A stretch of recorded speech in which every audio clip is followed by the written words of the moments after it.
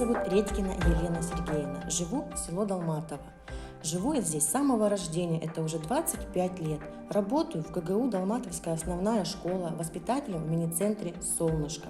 Я очень люблю свое село, ведь здесь проживают люди с добрым сердцем, которые всегда рады помочь родным и близким и прийти на помощь. И нам есть чем гордиться. Наше село Долматово – это первое земледельческое крестьянское село в Северо-Казахстанской области. Основано Тимофеем Булашовым в 1758 году. В нашем селе жили люди с древности, что доказывает городище Акири, которое относится к раннему железному веку, а это 7-5 века до нашей эры. Природа нашего села не только красивая, но и разнообразная. Наше село находится на территории Саграфского заказника. Много разных животных и редких растений.